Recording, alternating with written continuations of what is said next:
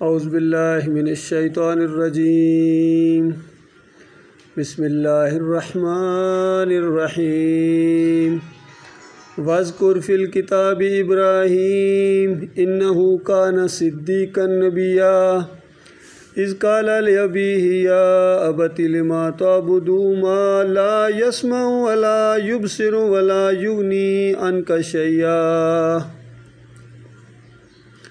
یا ابت انی قد جاءنی من العلم ما لم یأتک فاتبعنی اہدک صراطا سویا یا ابت لا تعبد الشیطان ان الشیطان کان للرحمن عصیا۔ یہ سورہ مریم کی آیات ہیں۔ پورے قرآن میں جو ایمان عقیدے کی بات پھیلی ہوئی ہے، واقعات کی شکل میں اللہ تعالیٰ نے جگہ جگہ اس کو بیان کیا ہے کہ انسانوں تمہارا ایک ہی مسئلہ ہے کہ تم اپنے مالک اور خالق کے بندے ہو یا کسی اور کے بندے ہو۔ انبیاء کے واقعات اللہ تعالیٰ نے بیان کیے ہیں دلوں کو مضبوط کرنے کے لیے، حقائق کا علم اس میں ہے اور مومنوں کو تسلی دینے کے لیے کہ آپ اس راستے میں کوئی نئے نہیں ہیں، کوئی اکیلے نہیں ہیں، بلکہ اس راستے میں اور بھی اللہ کے بندے چلے ہیں اللہ کی توفیق سے۔ یہی کشمکش برپا ہوئی تھی، آج جو مکہ کے اندر کشمکش برپا ہو گئی ہے۔ الہکم الہ واحد کی دعوت دی جا رہی ہے کہ تمہارا معبود بس صرف ایک معبود ہے، اس کے علاوہ کوئی اور معبود نہیں ہے۔ بس یہ مسئلہ سمجھ لو، لا الہ الا اللہ، اللہ کے علاوہ کوئی الہ نہیں ہے۔ سارے مسائل آپ کی چٹکیوں میں حل ہو جائیں گے۔ آج امت مسلمہ کے اور پوری انسانیت کے مسائل یہاں کیوں حل نہیں ہو رہے ہیں؟ اس کی وجہ یہ ہے کہ لا الہ الا اللہ کے یہ غدار ہیں۔ اس مسئلے سے ان کو ایسی چڑ ہے، ہر مسئلہ ہر بات ماننے کے لیے تیار ہیں، ہر بات کے اوپر ڈسکشن ہوں گی، لیکن جیسا ایمان عقیدے کی بات چھیڑو تو ان کو پسینے چھوٹنا شروع ہو جاتے ہیں۔ بس یہ بات نہ کہو جی، یہ بات نہ کہا، اس سے ٹینشن پیدا ہو جاتی ہے۔ بتاؤ، اس سے ٹینشن پیدا ہو جاتی ہے۔ اگر کہا جائے تمہارا معبود اللہ ہے، تمہارا رب ہے جو زمین اور آسمان کا خالق ہے، جس نے زمین کو بنایا ہے، آسمان کو بلند کیا ہے، آسمان سے بارشیں برساتا ہے، تمہارے لیے رزق کا انتظام کرتا ہے، یہ جو کھانے کھاتے ہو، طرح طرح کے پھل فروٹ کھاتے ہو، سبزیاں استعمال کرتے ہو، مارکیٹیں بھری ہوئی ہیں، تمہارے علاقے میں آتے ہیں، بڑے بڑے سٹور ہیں، دیکھتے ہو، بتاؤ یہ کس نے پیدا کیے؟ تو جب اس کا جواب کوئی نہیں ہے سوائے اس کے کہتے ہیں بھئی یہ تو اللہ نے پیدا کی ہیں، بھئی یہ اللہ نے پیدا کی ہیں، تو پھر داتا بھی وہی ہے، پھر دستگیر بھی وہی ہے، پھر مشکل کشا بھی وہی ہے، پھر حاجت روا بھی وہی ہے۔ یہاں آ کے تمہیں کیا مصیبت لاحق ہو جاتی ہے؟ یہاں کیوں تمہارے ماتھے کے اوپر شکن پڑ جاتی ہے؟ یہاں پھر کیوں دوسروں کو پوجتے ہو، پکارتے ہو؟ تو یہی ماحول تھا جب ابراہیم علیہ السلام کا ذکر کیا گیا، بتایا گیا کہ ان کو مشرکین مکہ کو بتاؤ۔ آج یہ اپنے آپ کو منسوب کرتے ہیں کہ ہم ابراہیم علیہ السلام کے اولاد میں سے ہیں، سب مانتے ہیں۔ یہود و نصارہ بھی اپنے آپ کو بنی اسرائیل سارے کے سارے جانتے تھے کہ جہاں سے ان کی نسل چلی ہے ان کے دادا تھے ابراہیم علیہ السلام۔ اور یہ جو دوسرے مکہ کے لوگ تھے یہ بھی جانتے تھے کہ یہ جو یہاں یہ بستی آباد ہوئی تھی، یہ ان کے جو جد امجد ہیں اسماعیل علیہ السلام، ان کے والد ہیں ابراہیم علیہ السلام۔ واقف تھے، نام سے بھی واقف تھے، اور ان کا ذکر کیا گیا کہ ان کے ساتھ اپنے آپ کو منسوب کرتے ہو، وہ یکسو مسلم تھے، وہ تو شرک کے دشمن گزرے ہیں، ان کا ذکر کرو تاکہ ان کو کچھ ہوش آئے کہ وہ ابراہیم علیہ السلام کیسے تھے، ان کو بھی پتہ چلے۔ اور پھر یہ دعوت اب آگے جائے گی، وہاں اہل کتاب تک یہ بات پہنچے گی تو یہ قرآن ان کو بھی سناؤ اور ان کو بھی پتہ چلے کہ ابراہیم علیہ السلام کیسے تھے۔ فرمایا وَاذْكُرْ فِي الْكِتَابِ ابراہیم، اس کتاب کے اندر ابراہیم علیہ السلام کا ذکر کرو، اِنَّهُ كَانَ صِدِّيقًا نَبِيًّا، بالکل سچے نبی تھے، یعنی اللہ کی طرف سے وہ مامور نبی تھے، کوئی خود انہوں نے اپنی طرف سے دعویٰ نہیں کر دیا تھا، جس طرح جھوٹے نبی ہوتے ہیں، دجال ہوتے ہیں، قادیانی کی طرح، اور کتنے گزرے ہیں، غلام احمد قادیانی کی طرح، دجالوں میں سے ایک دجال۔ لیکن انبیاء جتنے تھے وہ سچے نبی، اور ابراہیم علیہ السلام انہی سچے انبیاء میں سے ایک تھے۔ اذ قال لأبیہ یا ابت لما تعبد ما لا يسمع ولا يبصر، جب انہوں نے دعوت کا آغاز کیا اپنے گھر سے کیا، والد صاحب سے، ابا جان کیوں ان کو پوجتے پکارتے ہو جو سنتے نہیں ہیں اس بنیاد کے اوپر تیشہ چلایا۔ یہ جو سننے کا عقیدہ ہے کہ اللہ کے علاوہ جن کو یہ پوجتے پکارتے ہیں، کہتے ہیں یہ سن لیتے ہیں، سنتے ہیں ہماری، اس کے اوپر تیشہ چلایا ابراہیم علیہ السلام نے کہ کیوں ان کی پوجا پاٹ کرتے ہو جو سنتے ہی نہیں ہیں۔ آج مسلمانوں کی اکثریت اسی شرک میں مبتلا ہو گئی ہے، کہتے ہیں بابا جی سنتے ہیں، ہماری بابا جی کے آگے اور بابا جی کے اللہ کے آگے، بات یہاں سے شروع ہوئی، پھر سارے سنتے ہیں، پھر علی مشکل کشا ہیں، پھر نبی علیہ السلام حاجت روا ہیں، مختار کل ہیں، ہم پکاریں یہاں آقا سنے مدینے میں، کہتے ہیں ایسی سماعت پہ لاکھوں سلام، ایسی سماعت۔ بھائی یہ مشرکانہ سماعت ہے جو تمہارے دماغ نے گڑی ہے۔ حقیقت میں نبی علیہ السلام کے سامنے کئی دفعہ بات ہوتی تھی اور کئی مرتبہ نبی علیہ السلام پوچھتے تھے، اے عمر ابھی تم نے کیا کہا ہے، مجھے آواز نہیں آئی ہے، پھر دوبارہ کہو، یہ تو حقیقت ہے۔ اور یہ کہتے ہیں ہم پکارے پاکستان سے یا بنگلہ دیش سے یا انڈیا سے یا انگلینڈ سے پکاریں، چاہے امریکہ سے پکاریں، اور آقا سنے مدینے میں۔ انہوں نے نبی علیہ السلام کو مدینے والی قبر میں زندہ سمجھا ہوا ہے، وہاں سماعت والا سمجھا ہوا ہے، سننے والا۔ اور یہ بڑے بڑے ہیں، چھوٹے نہیں، بڑے بڑے سب کے فتوے ہیں۔ مفتی اعظم سعودی عرب کا یہ فتویٰ ہے عبداللہ بن باز کا، کہتے ہیں کہ جب نبی علیہ السلام کی قبر کے اوپر آ کے کوئی پڑھے صلاۃ و سلام پڑھے تو سنتے ہیں، روح واپس آ جاتی ہے، خود سنتی ہے، جواب دیتے ہیں۔ اس طرح قرآن کے خلاف عقیدہ سعودیوں کا، پھر سارے دیوبندیوں کا یہ عقیدہ ہے، اور تبلیغی جماعت والے، پھر یہ اہل حدیث ہو گئے، پھر یہ اعلیٰ حضرت والے ہو گئے یا ابو الاعلیٰ والے ہو گئے، سارے کے سارے، تقی عثمانی والے ہو گئے، سارے، توصیف الرحمان، سارے، سب کا یہی عقیدہ ہے۔ ڈاکٹر ذاکر، سب کا یہی عقیدہ ہے۔ یہ مشرکانہ عقیدہ ان کی رگوں کا خون ہے، اس لیے امت مسلموں کو آج ہر جگہ مارا جا رہا ہے۔ اور یہ ہر دور کے مشرکین کا یہی ذہن بن جاتا تھا۔ قوم نوح 950 سال نوح علیہ السلام ان کو سمجھاتے رہے کہ نہیں سنتے، تمہارے بابا حضرات نہیں سنتے ہیں، ود، سوا، یوس، یوک اور نصر، یہ سورہ نوح کے اندر جن کے نام آئے ہیں، یہ نہیں سنتے ہیں، اموات غیر احیاء، یہ مردے ہیں، ان کے اندر زندگی کی رمق تک باقی نہیں ہے، نہیں سنتے ہیں۔ لا یسمع دعاکم، تمہاری دعاؤں کو نہیں سنتے ہیں۔ وہم عن دعائہم غافلون، تمہاری دعاؤں سے غافل ہیں۔ ومن ورائہم برزخ الی یوم یبعثون، دوبارہ اٹھائے جانے کے دن تک ایک برزخ حائل ہے، نہیں سن سکتے ہیں۔ کوئی مردہ قیامت سے پہلے سر نہیں اٹھا سکتا ہے۔ اموات غیر احیاء۔ ثم انکم بعد ذلک لمیتون، اس زندگی کے بعد تمہیں موت ہے۔ ثم انکم یوم القیامت تبعثون، پھر قیامت کے دن تمہیں دوبارہ زندہ کر کے اٹھایا جائے گا۔ قیامت سے پہلے کوئی نہیں سنتا ہے۔ کہہ دو کہ یہ مردہ ہیں، ان کے اندر زندگی کی رمق تک باقی نہیں ہے۔ داتا، دستگیر، مشکل کشا، حاجت روا، غریب نواز تو بڑے بات کی بات ہے، اور سنتے ہی نہیں ہیں۔ اوپر تو تب پہنچائیں کہ خود سنیں، انہوں نے خود تمہاری بات کو نہیں سنا ہے۔ اور جس نے منع کیا ہے نا کہ ان کو مت پکارنا، اس نے سن لیا ہے، اللہ نے سن لیا ہے کہ تم اللہ کی نہیں مان رہے ہو، تم اللہ کے علاوہ اور معبود رکھتے ہو اور تمہارے الہ ہیں، اس نے سن لیا ہے۔ تو اس طریقے سے ابراہیم علیہ السلام نے دعوت کا آغاز اپنے گھر سے کیا، اور پھر محلے میں، پھر برادری میں، پھر پوری قوم کے سامنے یہی بات آہستہ آہستہ پھیلتی چلی جا رہی ہے۔ تو یہ انداز ہوتا ہے ایک دائی کا۔ اور پھر قوم جب ایک دن میلے کے اوپر، یہ میلے مشرکین میلے کرتے ہیں، یاد رکھیے، عرس اور میلے ہمیشہ مشرک قومیں کرتی ہیں۔ آج ہماری قوم کے اندر بھی یہ میلے کا معاملہ آ گیا ہے، ہر دفعہ یہ میلے ہیں، گرد و نواح میں۔ یہ جناب یہ کنیالہ نے وہ علاقے میں میلہ ہے، یہ ککاں علی سرکار کا میلہ ہے، اور ابھی ہمارے علاقے میں یہ بابے صاحب سبحان کا میلہ، یہ اب شروع کر رہے ہیں، یہ کل پرسوں لے کے آئے ہیں، اس کی اجازت لے کے آئے ہیں، میلہ کرنے کے لیے یہ اجازت لے کے آئے ہیں پولیس کی، اور وہاں میلہ کریں گے۔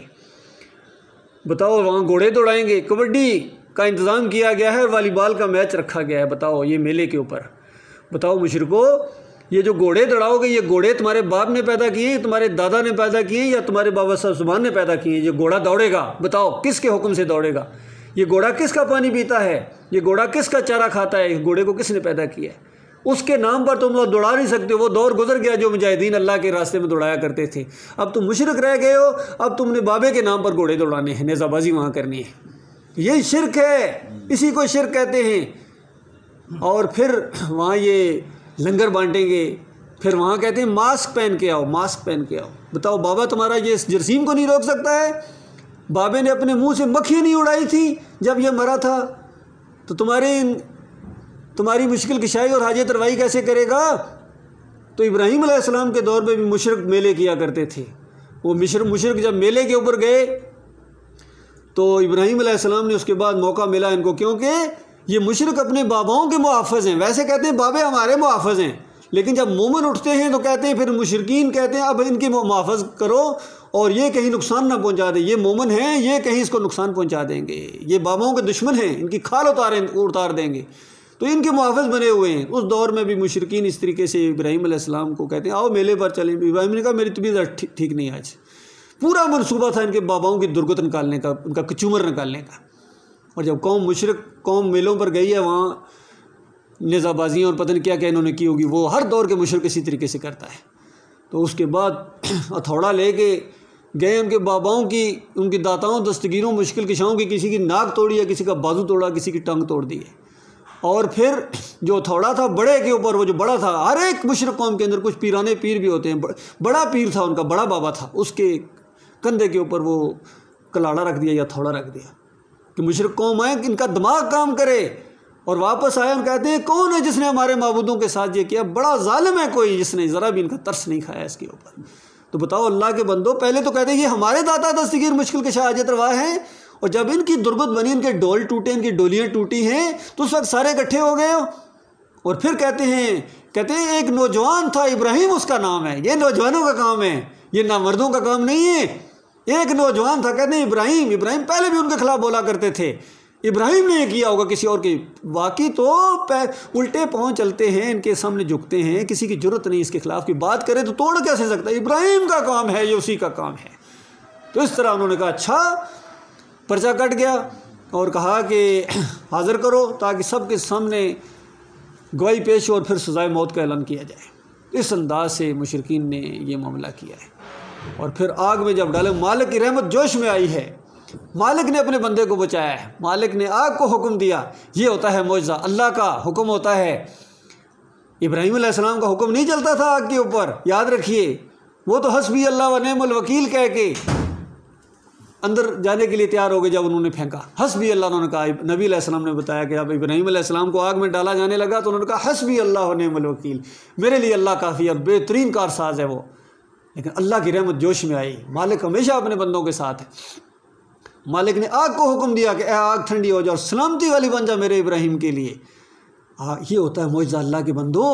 آج ہمارے مفسر صاحب کہتے ہیں، محمد حنیف صاحب کہتے ہیں، اللہ تعالیٰ جب چاہے جس کو چاہے اپنی صفت دے دے. اور یہ جو معجزہ ہوتا ہے، بھائی صفت اور چیز ہوتی ہے، معجزہ جو ہوتا ہے یہ اللہ کا فعل ہوتا ہے. جب اللہ چاہتا ہے ہوتا ہے، وہ اللہ اپنی صفت نہیں دے دیتا ہے. کسی کو مردوں کو زندہ کرنے والی صفت دے دو، معجزانہ طور پر دے دیجیے، معجزانہ طور پر. کبھی کہتے ہیں معجزانہ طور پر سجدے کرا دیے، ایک نبی کو دوسرے نبی سے سجدے کروا دیے معجزانہ طور پر. اور کبھی کہتے ہیں اپنی صفت اللہ تعالیٰ دے دی معجزانہ طور کے اوپر. ان کا دماغ خراب ہوا سرفروں کا، ان کو ایمان کی سمجھ ہی نہیں ہے، ایمان کی بنیاد انہوں نے سمجھی نہیں ہے. تو اس طرح اللہ کے دین کا انہوں نے اس طرح مذاق اڑایا ہے. یہ معاملہ ہر دور کے اندر یہ کشمکش برپا ہو جاتی ہے. آج بھی اللہ کے فضل و کرم سے یہ کشمکش برپا ہے. ہر علاقے کے اندر جہاں بھی کوئی مومن اٹھے گا، انہی مورتیوں کے خلاف، انہی بتوں کے خلاف، انہی درگاہوں کے خلاف وہ آواز اٹھائے گا. جس طرح ہندوؤں کی مورتیاں ہیں، ان کی پوجا پاٹ کرتے ہیں، بت پرستی ہے ان کی، اس طرح مسلمانوں کی یہ درگاہیں ہیں، یہ درباریں ہیں، اور یہاں یہ عرس اور میلے کرتے ہیں جس طرح ہندو اپنے مہاراجوں کے کرتے ہیں، بالکل اسی انداز سے کرتے ہیں. تو لہٰذا یہ ایک چیز ہے جس نے اللہ کی رحمت کو روکا ہوا ہے. تو ابراہیم علیہ السلام نے کس انداز سے اس دعوت کا آغاز کیا؟ جب انہوں نے اپنے باپ سے کہا، اذ قال لابی یا ابت لما تعبد ما لا يسمع، کہ ابا جان کیوں ان کی پوجا پاٹ کرتے ہو، عبادت کرتے ہو، پکارتے ہو، ان کے چڑھاوے چڑھاتے ہو جو نہیں سنتے ہیں، ولا یبصروا، دیکھتے بھی نہیں ہیں، ولا یغنی عنک شیئا، اور تمہارے شیئا کام نہیں آ سکتے ہیں، نہ نفع نقصان کے مالک، کچھ بھی کام نہیں آتے. تم چڑھاتے رہو ان کے اوپر چادریں، ڈالیاں چڑھاتے رہو، ان کے اوپر اپنے نذرانے پیش کرتے رہو، دیگیں چڑھاتے رہو، چڑھاوے چڑھاتے رہو. یہ تمہاری ذرہ برابر ہڈیاں خاک پنجر ہیں، ہڈیوں کی پوجا کر رہے ہو، پنجر کی پوجا کر رہے ہو، خاک کی پوجا کر رہے ہو. یا ابت انی قد جاءنی من العلم، اے ابا جان میرے پاس وہ علم آیا ہے جو آپ کے پاس نہیں. علم آیا ہے، علمی بات ہے کہ یہ داتا دستگیر نہیں ہے، یہ مشکل کشا نہیں ہے، یہ حاجت روا نہیں ہے، یہ سنتے ہی نہیں ہے، یہ علمی بات آئی ہے. اس سے پہلے ہم سمجھتے تھے کہ یہ سن لیتے ہیں، ہم پکارتے ہیں جب یا علی مدد کہتے ہیں، یا رسول مدد کہتے ہیں، یا غوث مدد کہتے ہیں، یہ سن لیتے ہیں کہیں نہ کہیں تھوڑی بہت، اب پتہ چلا سنتے ہی نہیں ہیں، یہ علمی بات پہنچ گئی ہے اللہ کی۔ اور جو فرمایا ما لم یاتی کا فتبینی، اور میری بات مانے، آدی کا صراطا سویا، میں تمہیں بالکل سیدھا راستہ دکھا دوں گا۔ بیٹا ابراہیم علیہ السلام اپنے والد کو کہہ رہے ہیں، آزر کو کہہ رہے ہیں بالکل سیدھا راستہ دکھاؤں گا، صحیح سیدھا راستہ یہ ہے، یا ابتی لا تعبد الشیطان، ابا جان شیطان کی بندگی نہ کرو، یہ شیطان کی بندگی ہے، یاد رکھنا۔ یہ درباروں کے اوپر، مزاروں کے اوپر، بتوں کے اوپر چڑھاوے چڑھانا، ان کی نظر و نیاز کرنا، پھر عرس اور میلے کرنا، یہی شیطان کی بندگی ہے، یہ شیطان کی بندگی ہے، تم شیطان کی بندگی کر رہے ہو۔ ابا جان دیکھو شیطان کی بندگی نہ کرنا، ان الشیطان کان للرحمن عصیا، اور جو شیطان ہے وہ بے شک الرحمن کا نافرمان ہے، ناشکرا ہے، وہ جہنمی گٹھے کر رہا ہے۔ اس وہاں کیسے آیا، کیا آیا تھا، میں دائیں سے بائیں سے آگے سے پیچھے سے ہر طرف سے ان کو گھیروں گا، اور اکثریت کو تو ناشکرا پائے گا۔ اور اللہ تعالیٰ نے اسی وقت کہہ دیا تھا کہ ابلیس یہاں سے یہ بات سن کے جا کہ میرے بندوں میں سے جو تیری پیروی کریں گے میں جہنم کو بھر دوں گا، مجھے ذرا بھی پرواہ نہیں ہوگی کہ کتنے ہیں۔ اللہ نے تعداد کا واقعی ذرا لحاظ نہیں کیا ہے، اللہ تعالیٰ نے پوری چھوٹ دی ہوئی ہے، مہلت دی ہوئی ہے، یہ امتحان ہو رہا ہے، جنتی اور جہنمی علیحدہ ہو رہے ہیں۔ اور مرنے سے پہلے جس نے توبہ کر لی، سچی توبہ کر لی، ایمان خالص اپنے مالک اور خالق کو پہچان گیا اور اللہ کی طرف آ گیا، اللہ کا راستہ اگر کسی نے اختیار کر لیا وہ بچ جائے گا۔ اور جو اپنے باباؤں، درگاہوں اور اپنے اکابرین اور اپنے فرقے اور مسلکوں کے ساتھ چمٹا رہا، بریلویت کے ساتھ، دیوبندیت کے ساتھ، اہل حدیثیت کے ساتھ اور صوفیزم کے ساتھ اور اپنے امیروں اور لیڈروں کے ساتھ چمٹا رہا، تو یاد رکھنا پھر ہمیشہ کی آگ کے اندر اپنے بیوی بچوں سمیت جو بھی اس کو مانے گا، شرک کی طرف جو بھی جائے گا، ہمیشہ کی آگ میں رہنا پڑے گا۔ یہ بہت خوفناک انجام ہے، اللہ کے بندوں اس کو سمجھنے کی کوشش کرو، یہی ہماری بات ہے، یہی دعوت ہے، اس کے علاوہ اور کوئی مسئلہ نہیں ہے۔ یہ بات مانو گے ہمیشہ کی جہنم کی آگ سے بچ جاؤ گے، اور دوسری طرف جنت کی لازوال نعمتیں اللہ تعالیٰ نے اپنے مومن بندوں کے لیے تیار کر کے رکھی ہوئی ہیں، جہاں ہر دل کی آہی پوری ہوگی، جو منہ سے کہو گے وہ حاضر کر دیا جائے گا، جو خیال کے اندر آؤ گے وہ حاضر کر دیا جائے گا، ہمیشہ ہمیشہ کی جوانی، نہ بیماری ہوگی، نہ وہاں کوئی کام کرنے کا معاملہ، نہ نوکریاں، نہ کاروبار، کچھ بھی نہیں، نہ نماز، نہ روزہ، نہ حج، نہ زکوٰۃ، یہ چیزیں بھی ختم، عیش کی ایک زندگی ہوگی ہمیشہ ہمیشہ کے لیے، اور اس کی آج قیمت ادا کرو۔ دیکھو دنیا میں کوئی چیز کبھی کوئی مفت ملی ہے اللہ کے بندوں؟ تو جنت مفت مل جائے گی، اس کے لیے بھی آپ کو پسینے نکالنے پڑیں گے، اس کے لیے بھی آپ کو محنت کرنی پڑے گی، ایمان خالص کرنا پڑے گا، کشمکش برپا کرنی پڑے گی اپنے ماحول کے اندر، اور اس دعوت کو اٹھانا پڑے گا، الہکم الہ واحد لا الہ الا هو الرحمن الرحیم۔ اب کوئی نبی آنے والا نہیں، یاد رکھیے، کوئی اور نبی نہیں، امتیوں نے یہ کام کرنا ہے۔